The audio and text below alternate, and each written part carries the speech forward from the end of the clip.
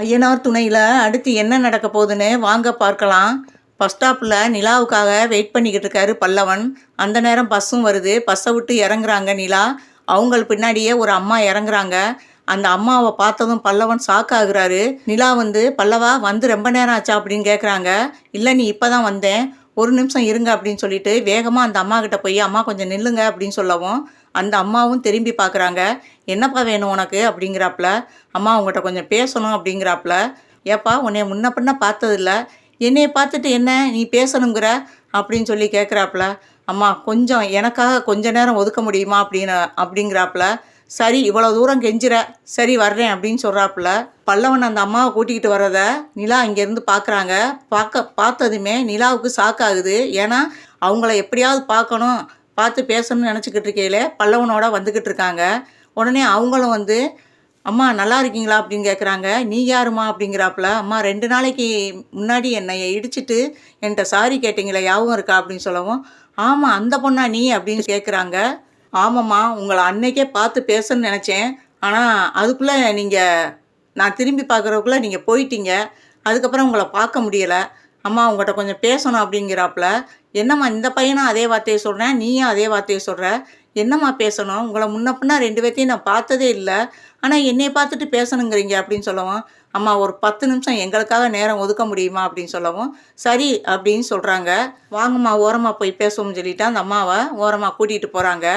அங்கே கூட்டிகிட்டு போனதுமே பல்லவன் வந்து, அம்மா இந்த போட்டோவில் இருக்கிறது நீங்கள் தானே அப்படின்னு சொல்லிட்டு அவருடைய ஃபோனை எடுத்து அதில் வந்து அவங்க அம்மா போட்டோ குழந்தையா இருக்கிறத செல்ஃபி எடுத்து வச்சுருப்பாரு. அதை காமிச்சு கேட்குறாரு.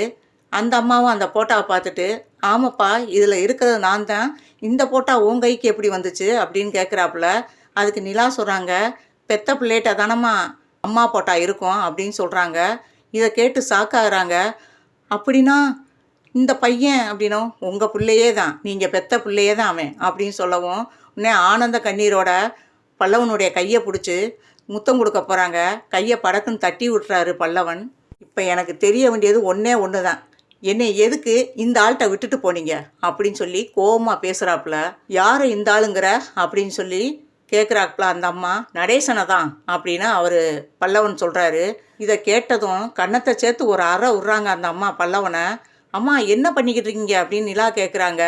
அந்த அம்மா சொல்கிறாங்க, என் கூட பிறக்காத அண்ணன் அவரை போய் இவன் எப்படி அந்த வார்த்தையை கேட்கலாம் அப்படின்னு சொல்லவும், இதை 2 பேருமே எதிர்பார்க்கல. ஏன்னா கூட பிறக்காத அண்ணேங்கிறாப்புல, இப்போ பல்லவனுடைய அப்பா யார் அப்படின்னு சொல்லிட்டு அவங்களுக்கு ஷாக்காகி நிலா கேட்குறாங்க. அப்போ வந்து நடேசன் வந்து பல்லவனுடைய அப்பா இல்லைனா இப்போ பல்லவனுடைய அப்பா யார் அப்படிங்கிறாங்க. அதுக்கப்புறம் அவங்க கேட்குறாங்க, நிலாவை பார்த்து நீ யாருமா அப்படின்னு கேட்குறாங்க. நான் வந்து நடேசனுடைய மருமக, சோழனுடைய ஒய்ஃபு அப்படிங்கிறாங்க. அப்போ உங்கள்கிட்ட நான் உண்மையை சொல்ல நேரம் வந்துருச்சு அப்படின்னு சொல்லிட்டு சொல்ல ஆரம்பிக்கிறாங்க. பல்லவன் அப்பாவை நான் உயிருக்கு உயிராக விரும்பினேன், அவரும் என்னை உயிருக்கு உயிராக விரும்பினார். ஆனால் கல்யாணம் பண்ணாமையே வந்து நான் கர்ப்பமாயிட்டேன். அந்த விஷயத்த அவர்கிட்ட சொன்னேன், நான் கர்ப்பமாயிட்டேங்க, கல்யாணம் பண்ணிக்கிறணும் அப்படின்னு சொன்னதுக்கு அப்போ தான் அவர் உண்மையை சொன்னார். எனக்கு ஏற்கனவே கல்யாணம் ஆகி 2 குழந்தை இருக்குது, நான் உன்னைய கல்யாணம்லாம் பண்ணிக்கிற முடியாது, கற்பத்தை கலைச்சிட்டு இந்த ஊர்லேயே நீ இருக்கக்கூடாது, இந்த ஊரை விட்டு வேறு ஊருக்கு போயிரு, ஏன்னா என் பொண்டாட்டி பிள்ளைக்கு தெரிய வந்துச்சுன்னா நான் நிம்மதியாக இருக்க முடியாது, உனக்கு மாதம் மாதம் ஒரு அமௌண்ட்டை கொடுத்துட்றேன், அதனால் வந்து நீ தெரியாத இடத்துல போய் இரு, அப்படி மீறி நான் சொல்கிறத மீறி இந்த ஊரில் இருந்தேன்னா நான் உன்னைய கொலை பண்ண கூட தயங்க மாட்டேன் அப்படின்னு சொன்னார். அதுக்கப்புறம் என்னை வந்து அவர் பார்க்கவே வரல, நானும் இனிமேல் இந்த ஊரில் இருக்கக்கூடாது அப்படின்னு சொல்லிட்டு வகுத்தில் பிள்ளையை சுமந்துக்கிட்டு நம்ம எங்கே போகிறதுனே எனக்கு தெரியலை. அதுக்கப்புறம் நான் ஒரு அனாதை ஆசிரமத்துக்கு தான் போனேன். அங்கே தான் பல்லவனை பெற்றெடுத்தேன். அந்த நேரம்தான் நடேசன் அண்ணன் இங்கே வந்தார் அந்த அனாதை ஆசிரமத்துக்கு. அங்கே வந்து எனக்கு 3 குழந்தைங்க இருக்குது, அந்த பிள்ளைகளை நல்லபடியாக வளர்க்கணும், அதனால் இங்கே யாராவது ஒரு வயசான அம்மா இருந்தால் அனுப்பி விட்றீங்களா அப்படின்னு சொல்லி கேட்டாப்புல. நடேசன் அண்ணனை பற்றி அந்த ஹாஸ்டலில், அனாதை ஹாஸ்டலில் நல்லபடியாக பேசினாங்க. அதுக்கப்புறம் நம்மளுக்கு அடைக்கலமாக அந்த வீட்டில் போய் இருப்போம்னு சொல்லிட்டு நானே உங்கள் பிள்ளைகளை வளர்க்க வர்றேன் அப்படின்னு சொன்னேன். இல்லைம்மா, உன்னை பார்க்கையில் சின்ன வயசாக இருக்குது, நீ வேணாம் அப்படின்னு சொன்னார். அப்போயே அவருடைய கண்ணியத்தை நான் புரிஞ்சுக்கிட்டேன். இல்லை, உங்கள் மேலே எனக்கு நம்பிக்கை இருக்குது, எனக்கு பாதுகாப்பான இடம் உங்கள் இடம்தான் அப்படின்னு சொல்லிட்டு வந்து நானும் சந்தோஷமாக தான் இருந்துக்கிட்டு இருந்தேன். ஒரு நாள் கடைக்கு போயிட்டு வர்ற வழியில் பல்லவனுடைய அப்பாவை பார்த்தேன். அப்போ என்னை பார்த்துட்டு வந்து சொன்னார், என்ன இங்கே தான் இருக்கியா அப்படின்னாரு. அவரை பார்த்ததும் எனக்கும் ஷாக்காயிருச்சு. ஏன்னா, எனக்கு குழந்த பிறந்த விஷயம் அவருக்கு தெரியாது. குழந்த பிறந்தது உயிரோட இருந்தா கூட, அவன் கொன்னு விடுவான் அந்த படுவாவி அப்படின்ட்டு, நான் குழந்த பிறந்தத காட்டிக்கல. இங்க பாரு, மரியாதையா இந்த ஊர்ல நீ இருக்கவே கூடாது. இதுக்கு மேல உன்னைய நான் பார்த்தேன்னா, உன்னைய உயிரோட விட்டு வைக்க மாட்டேன். பார்த்துக்க அப்படின்னு சொல்லிட்டு என்னைய மிரட்டிட்டு போனாரு. ஆனா, இந்த ஆள் செஞ்சாலும் செய்வாரு. என் பிள்ளையும் நான் உயிரோட பாதுகாக்கணும் அப்படின்னு சொல்லிட்டேன்.